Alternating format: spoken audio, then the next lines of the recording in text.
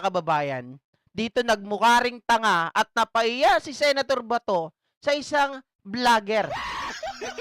Sino kaya itong vlogger na to, mga kababayan? At ito, ano bang ginawa ni Bato?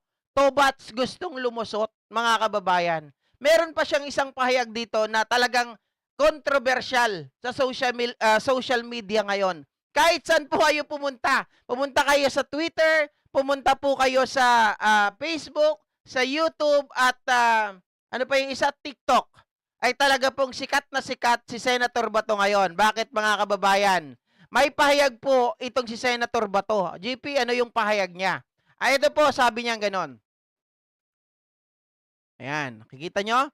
Sabi niya, siguro dapat ang mga Pilipino na ito ay dapat pakantahin natin. Kinuha ko na lang yung yung quote card, mga kababayan. Hindi natin kinuha yung buong konteksto. Siguro dapat ang mga Pilipino na ito ay dapat pakantahin natin ng 1,000 times ng bayang magiliw para matuto silang magmahal ng bansa. Oh. Alam nyo, tinutukoy dito, mga ka-GP Natics, ang tinutukoy po dito ni Senator Bato, tayo po kasi na pro-ICC Filipino should be made to sing. Tayo po. Dahil nga papapasukin natin ang Pilipino, kumbaga, hindi lang po tayo kasama na po ang ating Pangulong Bongbong Marcos, ay kinukutya po nito ni Senator Bato. Kaya lang, sa kanyang pangungutya, na pakantahin daw ang bawat Pilipino ng 1,000 times ng bayang magiliw. Bakit bayang magiliw, mga kababayan? Tama ba yon? Tanong ko sa inyo, ano ba ang pamagat ng ating national anthem? Ma'am Marlene Ratuita, shoutout po. Thank you so much sa stars, pag-share ng star. Mga kababayan, ano ba ang national anthem natin? Yung title, alam nyo po ba? Kung kayo ay tunay na Pilipino, dapat alam nyo po ang title ng ating national anthem. Siguro yung iba dyan marahil hindi alam. Pero pag ikaw ay government official, mga kababayan, you should know, di ba? The right title of our national anthem. Ayan. Sabi niya, Beauty, ni Pascachi, Lupang Hinirang. Di ba? Yung pambansang awit natin, ang title niyan is Lupang Hinirang, mga kababayan. Hindi po bayang magiliw! Ngayon, ang sabi ngayon ng sinagot siya, di ba? Kasi tayo daw na pro-ICC, dapat kumanta raw tayo ng 1,000 times ng bayang magiliw.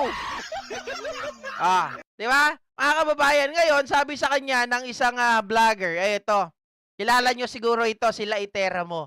Ito ay vlogger po ito ng Facebook, ng Twitter, doon sila, sa TikTok, ayan. Ang sabi,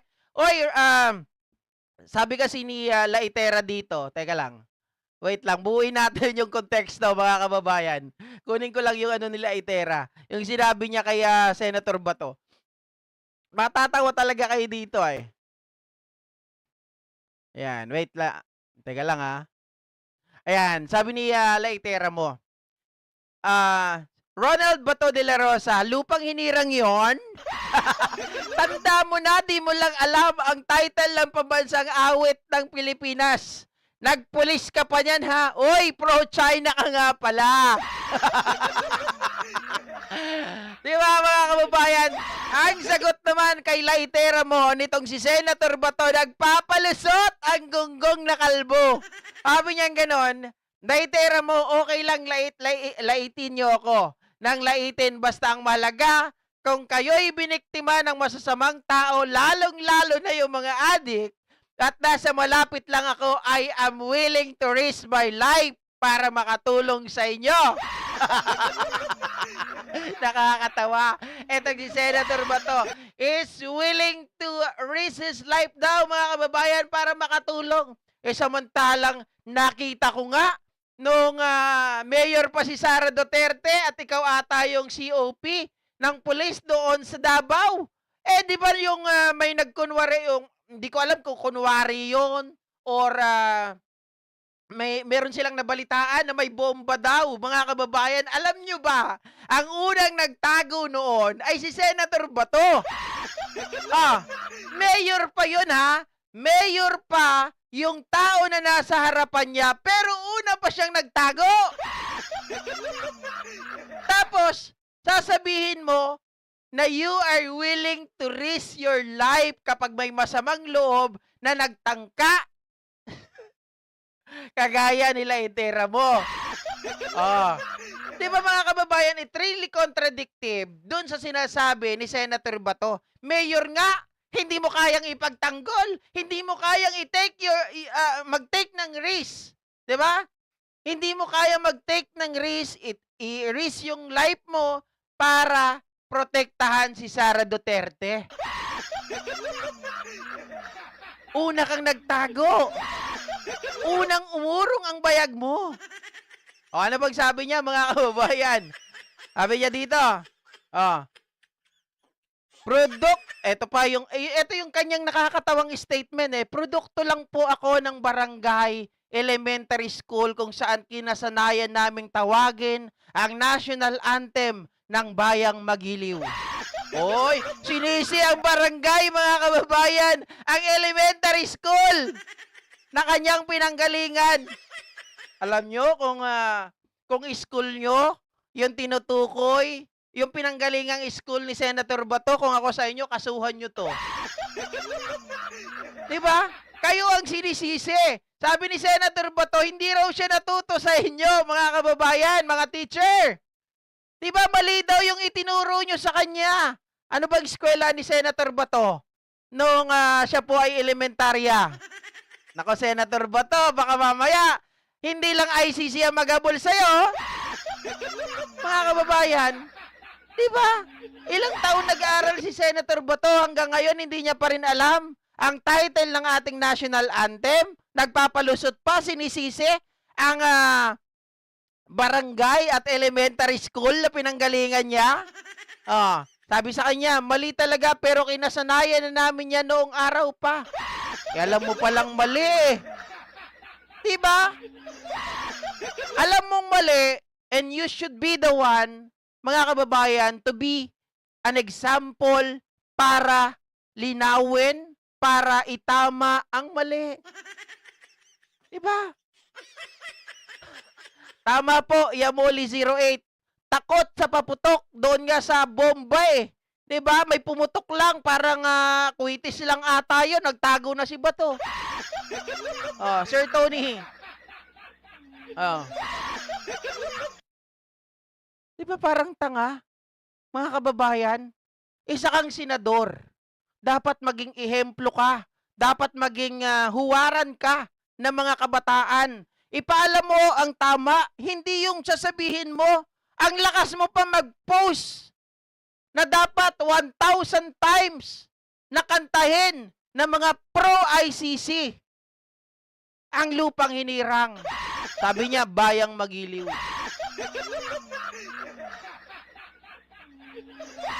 Diba dapat si Senator Bato ang pakantahin ng lupang hinirang ng 1,000 times? Uy, kahiya siya dito, mga kababayan, ha? At meron pang isang kakampi itong si Senator Bato na nagtanggol sa kanya. Sinundan, mga kababayan, na yun daw ay turo sa kanila. Ay, tanga!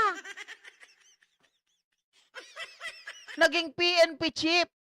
Itong si Senator Bato, mga kababayan. He should know ang tunay, ang real title ng ating national anthem. Sa bagay, sabi nila itera, pro-China ka nga pala. Di ba?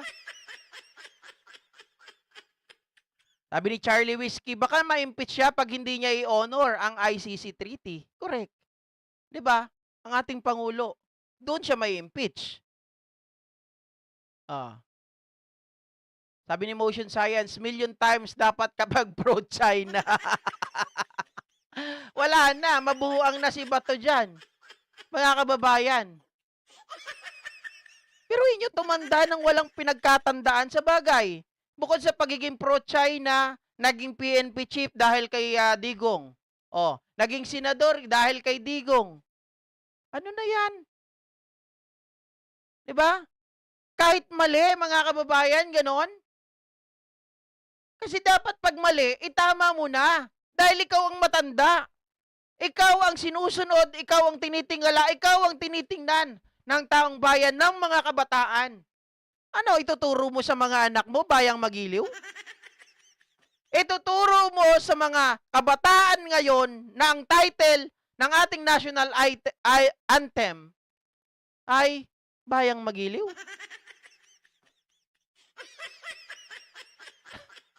Sabi ni Sir Daniel Dumasig, Idol, ano na, stress na si Bato.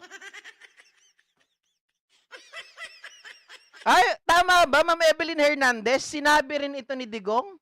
Ang pambansang awit ay bayang magiliw? Mga jologs. Sa bagay, nakita ko din dito, mga kababayan. Eto lang basahin ko yung ano dito, yung nagtatanggol kay Senator Bato. Totoo ba dito sa mga kapatid nating Bisaya or Bisaya? Meron kasi dito nagsabi, mga kababayan, itong si Christopher Don Mads Madelo. Paki-type 1 type 1 kung tama, type 2 kung mali. Sabi dito, pag Tagalog, lupang hinirang. Pag sa aming mga Bisaya, bayang magiliw.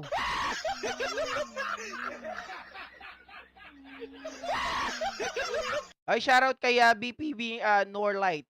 Maureen, ay Tita Maureen, shoutout sa'yo ha.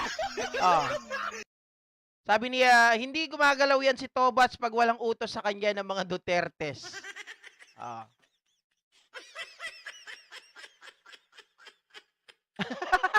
Sabi ni Makabansa Vlog. Oy, mga kababayan paki-support po ito si Makabansa Vlog, isang baguhang pro BBM vlogger po ito, mga kababayan Kaibigan po natin ito at tulungan nyo rin po na ma-reach yung 1,000 subscriber and 4,000 watch hours. Kasama natin ito sa mga rally, mga kababayan, kaya lang hindi pa siya masyadong nakikilala. Kailangan pa ata ng mga 500 subscriber.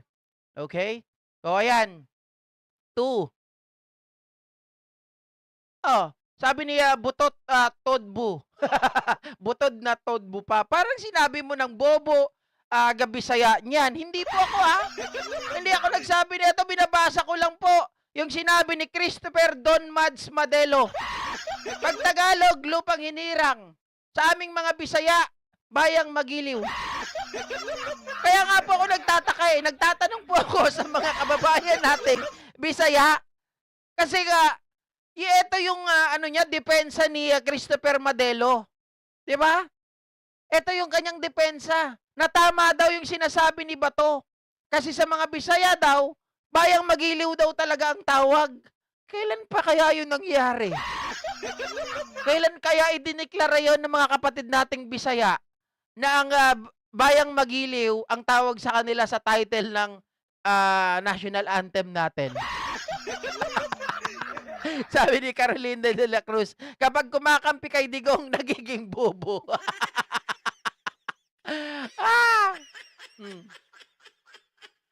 Sabi niya, oy, hindi po ako nagsabi na bobo ang mga Bisaya, wala po ako sinasabing ganun, mga kababayan Nagtatanong lang po ako. Kumbaga, gusto kong i-confirm, ito ba ay totoo? O palusot lamang ito? Nagpalusot, mali pa.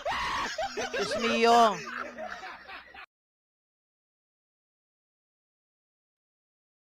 Sabi ni Jonary Montisuzu, Sir GP, ano kaya kung si Bato, Bongo, bad ball ang impeach dahil sa patayan na hindi mapaliwanag? Hindi po sila impeachable official.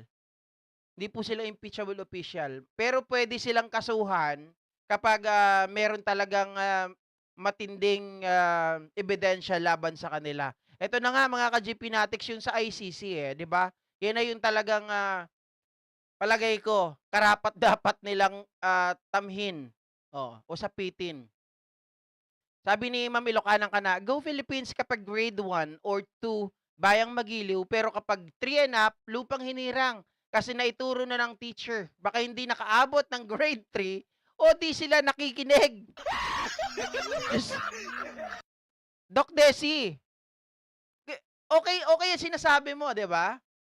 Pero kung usapin natin dito, senador, naging PNP chief, naging senador ka pa, tapos ang tawag mo pa rin, Bayang Magiliw. Anong tawag doon? Isa kang noknoko ng kabubuhan. Di ba? Oh. Tubong probinsya yan si Bato, hindi pure Davao City ang lahi nila, pure China. Di ba? Oh. Oh, sabi ni Lucia Piloteo, lupang hinirang din daw sa kanila. Kailan pa ito naging Bayang Magiliw sa mga Bisaya? Grabe kayo, ha? Mambisinyo, Ana, sinisira nyo ang reputasyon ng mga Bisaya. Ano pa pangalan nito ni Christopher Madelo? Sinisira nyo ang reputasyon ng mga Bisaya. Parang sinasabi nyo na ng mga Bisaya ay bobo. Awayin nyo po to, ha? Yung mga Bisaya dyan, awayin nyo to si Christopher Madelo tapos si Bongo. Ay, si Bato. Sabi ni Ma'am Ilocana ka na, Bato, bobo talaga yan. Diba? Sir Albert LB, naging general si Bato, hindi alam ang title. Tanga.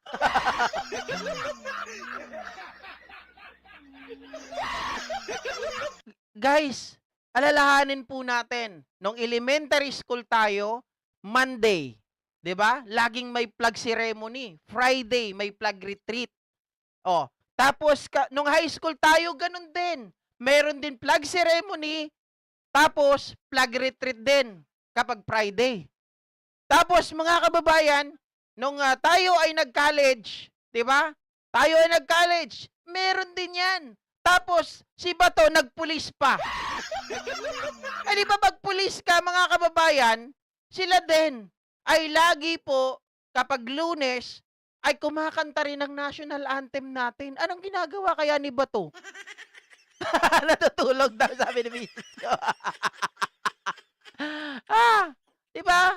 Meron pa sa hapon. Yung iba, hindi lahat. Kasi sa amin noon, flag ceremony pag Monday sa umaga. Di ba? Meron din sa hindi yung iba nung elementary kami araw-araw nagpa-flag ceremony. 'Di ba?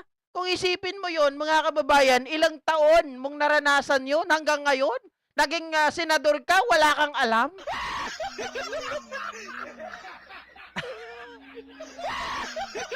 Ah.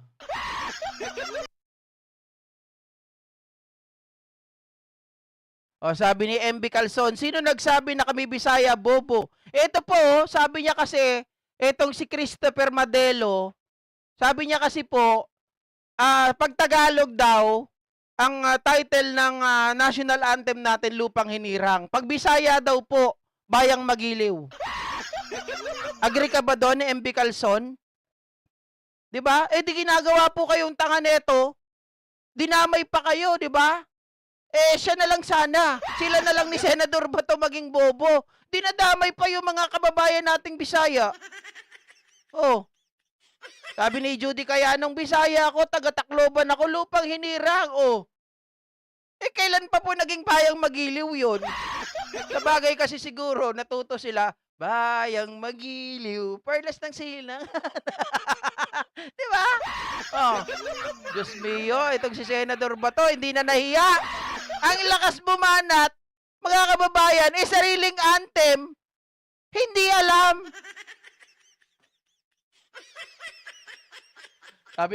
Sabi ni Miss Calderon, paano may alam yan ka-go? China sila, ano ka ba? Tama.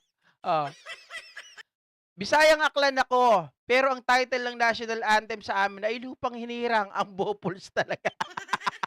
Sabi ni MB Calzon, siya ang bobo. Kaya nga po no. Dinamay pa. Ang dami kong kakilala, ang dami kong kaibigan ng mga Bisaya. Dinadamay pa kayo. Dito lang sa ating mga viewers, mga kababayan, mga ka-GPnatics natin, napakarami dito ang Bisaya. Tapos ginagawa kayong tanga ni Bato, ginagawa kayong gago ni Christopher Madelo. Di ba? Ang hirap. Alam nyo, ito, Makabansa Vlog. Ito, Brad, para ka. Lagi mong iisipin ito, basta Duterte supporter, di ba? require sa kanila maging tanga at bobo.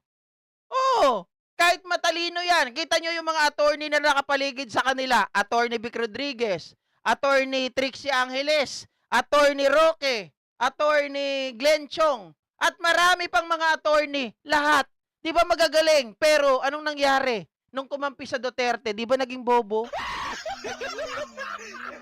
O si Marcoleta, isama nyo na. Magaling din yun. Hindi, ako talaga, hanga ako kay Marcoleta. Dati. Dati. Di ba?